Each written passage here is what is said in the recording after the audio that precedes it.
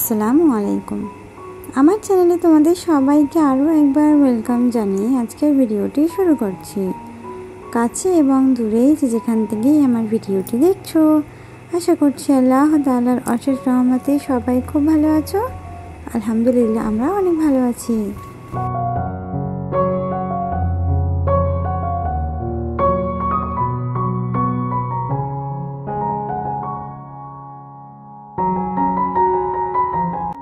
তো আগের দিন চাঁদ রাতের ভিডিওটাই তোমরা অনেক বেশি ভালোবাসা দিয়েছো। তো আজকের হচ্ছে ঈদের দিন, অর্থাৎ এখন রাত্রে বাজে 1টা। তো 1টার সময় আমি এখন পায়েস রান্না করছি। রাত্রেবেলা কাজ কমপ্লিট করে না রাখলে সকালবেলা মেয়েকে নিয়ে খুব ঝঞ্ঝট হবে, তো সেই কারণে।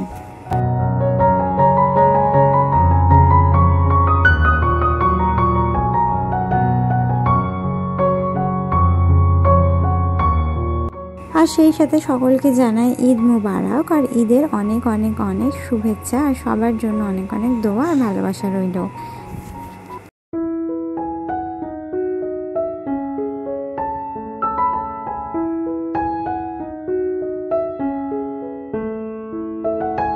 তো এখানে পায়েস রান্না করব, তার জন্য কিন্তু আমি এখানে 500 ml এর মতো দুধ নিয়ে নিয়েছি। তার মধ্যে আমি দিয়ে দিয়েছি গুড়, ঠিক পরিমাণ অনুযায়ী, ঠিক যতটা মিষ্টি খেতে আমরা পছন্দ করি সেই অনুযায়ী আমি এখানে গুড় দিয়েই মিষ্টিটা করেছি, আলাদাভাবে কোনো চিনি অ্যাড করিনি। সাথে স্বাদ মতো লবণ দিয়ে এটাকে কিন্তু এখন খুব ভালোভাবে ফোটা অবধি অপেক্ষা করব। তারপর তোমরা দেখেছো চাঁদ রাতের দিন, অর্থাৎ আগের ব্লগে আমি যে পায়েস বানাবো তার চালটা কিন্তু গুঁড়ো করে রেখেছিলাম। তো এবারে এই গুঁড়ো করে রাখার চালটা দিয়ে দিলাম সরাসরি এখানে দুধের মধ্যে। এখন কিন্তু দিয়েই সঙ্গে সঙ্গে নাড়াচাড়া করতে হবে, নাহলে দলা পাকিয়ে যাবে। তো এইভাবে নাড়াচাড়া করে ঘন করে নেব। তো যখন এরকম কনসিস্টেন্সিতে এসে যাবে, তারপর এর মধ্যে আমি ভেজে রাখা কাজু এবং কিশমিশটা দিয়ে দেবো। তো আমি আগেই কিন্তু ঘিয়ের মধ্যে কাজু কিশমিশটা ভেজে নিয়েছিলাম, ওই হাঁড়ির মধ্যে আবার সিমুইটাও ভেজে নেব। তো সেই কারণে আর কি অর্ধেকটা এখানে দিলাম আর অর্ধেকটা সেমাইয়ের মধ্যে দেব। দিয়ে খুব ভালোভাবে আবারও নাড়াচাড়া করে এটাকে আমি নামিয়ে নেব।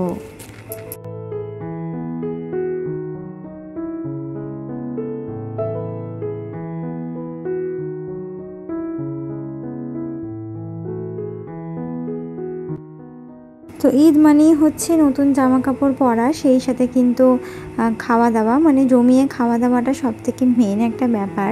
তো যাই হোক, এখানে কিন্তু আজকের আইটেমে বেশি কিছু করতে পারিনি, মেয়ে ছোট সেজন্য। তো মেয়ের বাহানা দেবো না, যদিও আমি বলবো যে যতটুকু সামর্থ্য অনুযায়ী আমি করেছি। তো আমি করেছিলাম মুরগি দিয়ে আলু লাল লাল করে ঝোল, সেই সাথে গরুর মাংস কষা বা ভুনা, আর সেই সাথে করেছিলাম আমি এখানে পায়েস, আর সেই সাথে করলাম সেমাই, আর পরোটা তো থাকবেই। তো ব্যাস এই কিন্তু রেসিপি ছিল, আর সাথে কাবাবও ছিল। কাবাবও ছিল। তো এইভাবে তো একদিকে আমার ওদিকে পায়েসটা রান্না হয়ে গেল, এবার আমি সেমাইটা রান্না করে নিচ্ছি।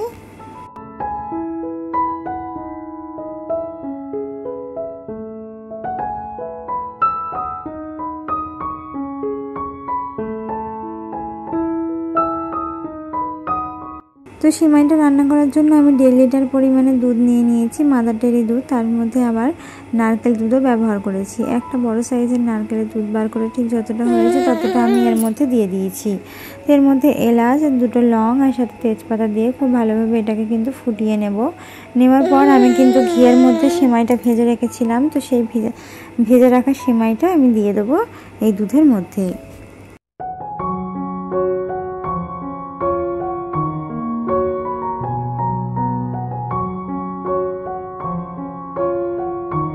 তো সেমাইটা দেওয়ার পর 5 মিনিট খুব ভালোভাবে ফোটানোর পরে দেখো সেমাইগুলো কিন্তু ওপরে ভেসে এসেছে। তো এইভাবে যখন ওপরে ভেসে আসবে আর বুঝতে পারবে যে সেমাইটা সিদ্ধ হয়ে গেছে, তারপর আমি এর মধ্যে দিয়ে দেবো ভেজে রাখা কাজু এবং কিশমিশ।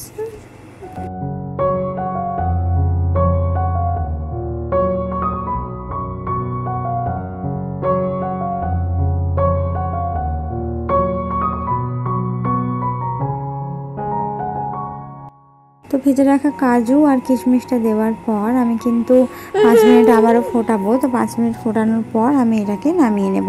আর নামানোর পরে, অর্থাৎ গ্যাসের চুলা বন্ধ করে এর মধ্যে কিন্তু আমি একটুখানি ঘি দিয়ে দিচ্ছি। এতে কিন্তু ঘ্রাণটা খুব ভালো আসে, স্বাদও খুব ভালো আসে।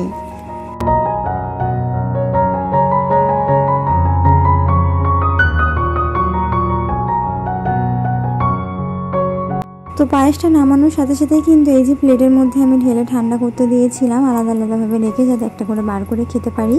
তো এইভাবে কিন্তু 7টা প্লেট হয়েছে। আর এটা কিন্তু একটু সুন্দর করে সাজিয়ে নিয়েছি, আর তারপর সিমাইও আমার হয়ে গেছে। তো এবারে পরোটাটা কিন্তু সন্ধ্যের পর মানে 8টা নাগাদ আমি মেখে রেখেছিলাম, ওটাকে তারপর বাড়ানোর পর এখন এটাকে কন্টেনারে তুলে নেওয়ার পালা। তো এটা যতটুকু ভাজবো ততটুকু কিন্তু আমি বাইরে রেখে দেবো, বাকিটা কিন্তু এই কন্টেনারে করে এইভাবে তেল মাখিয়ে রেখে দেবো। অনেকেই বলে যে ফ্রিজে ময়দা মেখে রেখে দিলে একসঙ্গে লেগে যায়, তার কারণ হচ্ছে তুমি রাখার সঠিক পদ্ধতিটা ইউজ করতে পারো না। তুমি যদি তেল পর্যাপ্ত পরিমাণে দিয়ে মানে প্রত্যেকটার গায়ে যদি ভালোভাবে তেল মাখিয়ে রাখতে পারো, তাহলে একটার সঙ্গে একটা কোনোভাবেই লেগে যাবে না, এটা আমি তোমাকে 100% গ্যারান্টি দিচ্ছি। কারণ আমি নিজেও রাখি, তো আমি এই জিনিসটা জানি। তো অবশ্যই যখনই রাখবে সাজিয়ে রাখবে, আর ওপরে কিন্তু অবশ্যই প্রত্যেকটাই খুব ভালোভাবে তেল মাখিয়ে রাখবে।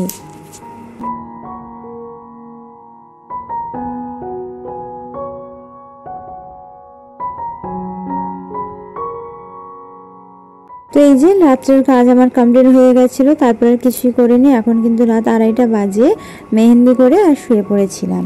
তারপরে এই যে চলে এসেছি সকালবেলায়, সমস্ত কাজ যেহেতু কমপ্লিট হয়ে গেছে, সকালবেলা রান্নাবান্নাও আমার কমপ্লিট হয়ে গেছে। মানে মুরগির মাংসটা আলু দিয়ে রান্না করেছিলাম, যেটা অলরেডি আমার কমপ্লিট হয়ে গেছে। তো এখন আমি পরোটাগুলো ভেজে নিচ্ছি। সেমাই পায়েস তো রাতে আমার করাই ছিল। আর গরুর মাংস ভুনাটা এখন করবো না, ওটা একটু দেরি করে করবো, যেহেতু ওটা দুপুরের লাঞ্চে আমরা খাবো। তো এত সকাল সকাল রান্না করে কোনো দরকার নেই। এখন কিন্তু ঘড়িতে 7:30টার মতো বাজে। হ্যাঁ, তো সেই হিসেবে কিন্তু আমার সমস্ত কিছু কমপ্লিট হয়ে গেছে, মানে রান্না বান্না কমপ্লিট হয়ে গেছে। সংসারের সব কাজই কিন্তু এখনও বাকি, যেমন কাপড় ধোয়া, থালা ধোয়া, ঘর ঝাড়ু দেওয়া, এগুলো সবই এখন বাকি রয়েছে।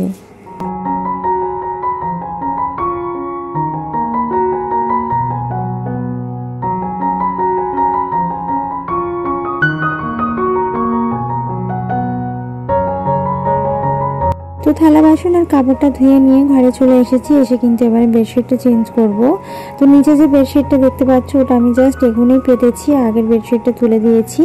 তো একটু সুতির চাদর পেতে তার উপরে আমি দিচ্ছি এই কারণেই, তার যাতে করে কিন্তু চাদরটা খুব ভালোভাবে টান টান থাকে আর এক জায়গা থেকে নড়ে না।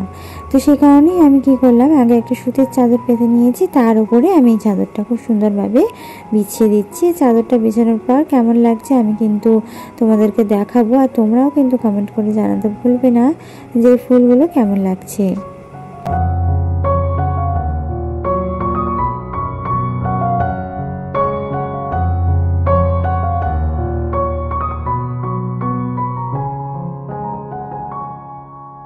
তো যেই দিদি বোনেরা আমার চ্যানেলের মধ্যে নতুন এসেছো, আমাকে প্রথমবার দেখছো, আমার ভিডিও দেখতে যদি তোমাদের একটু ভালো লেগে থাকে, তাহলে অনুরোধ করবো আমার চ্যানেলটিকে সাবস্ক্রাইব করে অবশ্যই বেল আইকনটা প্রেস করে দেবে।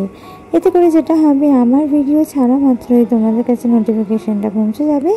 আর যারা অলরেডি কাজটা করে দিয়েছো তাদেরকে অসংখ্য ধন্যবাদ।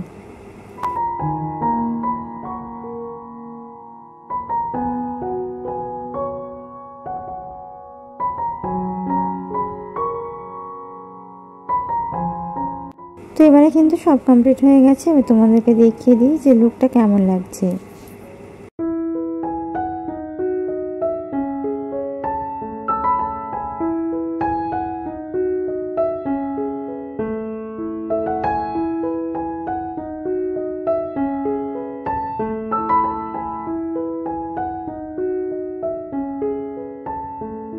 তো এই যে মেয়েকে গোসল করে খাইয়ে দাইয়ে দিয়েছি, দিয়ে কিন্তু এবারে ওকে রেডি করে দিচ্ছি। হ্যাঁ, তো ওকে নতুন একটা জামা পরিয়ে দেবো। কেমন লাগছে তোমরা কমেন্ট করে জানাবে।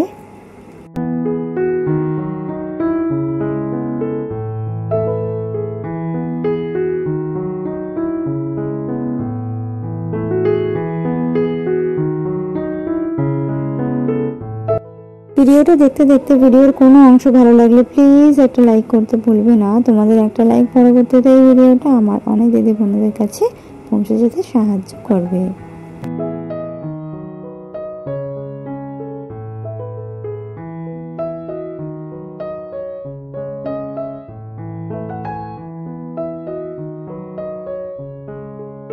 তো আজকের ওয়েদারটা কিন্তু খুবই সুন্দর ছিল, মানে একদমই রোদ্দুর বেরোয়নি, আর একটা ঠান্ডা ঠান্ডা ভাব ছিল, যে কারণে যে কোনো কাপড়ই কিন্তু খুব সহজেই পরিয়ে দেওয়া যাবে। তাই ভাবলাম যে এই জামাটা পরিয়ে দিই।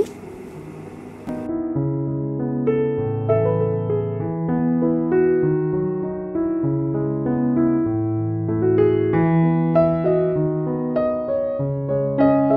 তো দেখো তো বন্ধুরা আমার সোনামাকে কেমন লাগছে ঈদের দিনকে, আর এই ড্রেসটা পরে কেমন লাগছে তোমরা জানিও।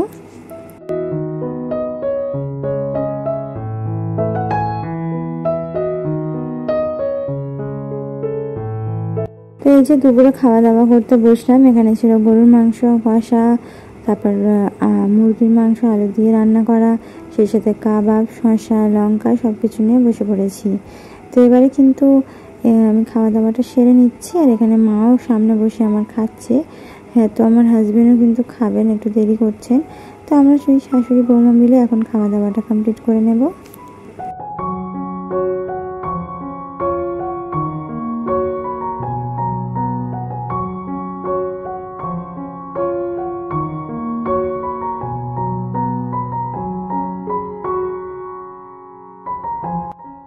তো এই যে এইভাবে সাজিয়ে গুছিয়ে যে খাওয়া দাওয়া করছে, আমার কিন্তু আমার দিদির বাড়ির খাওয়ার কথা মনে পড়ে গেছে। ও কিন্তু আমাকে এইভাবে দেয়, ভীষণই ভালো লাগে খেতে।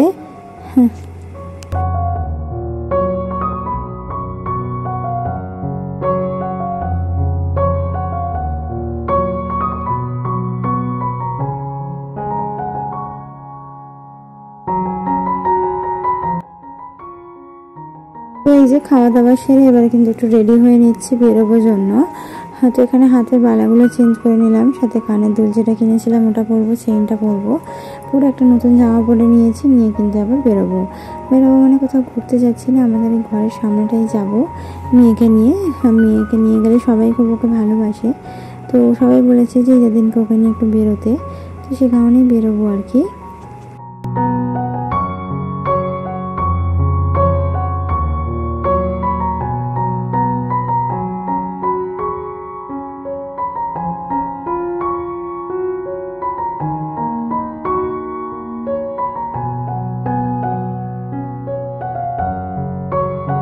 তো ভেবেছিলাম শাড়ি পরবো, কিন্তু শাড়ি পরলে অনেকটা সময় লেগে যাবে, তো সে কারণে আর শাড়ি পরলাম না। তো পরে পরবো, কাল পরশু করে পরতে পারি।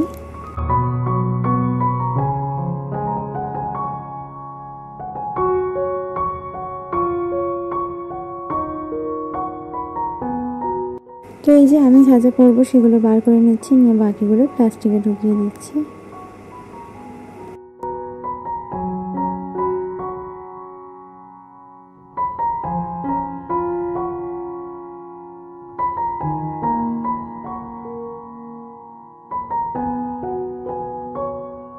তো এই যে মেয়েকে নিয়ে ঘরের সামনে বেরোলাম। আমাদের দুজনকে কেমন লাগছে তোমরা কিন্তু অবশ্যই জানাবে। তো আজকের ভিডিওটা এ পর্যন্তই ছিল। আশা করছি পরবর্তী ভিডিও পর্যন্ত তোমরা সবাই সুস্থ থাকবে, ভালো থাকবে। আল্লাহ হাফিজ, আসসালামু আলাইকুম।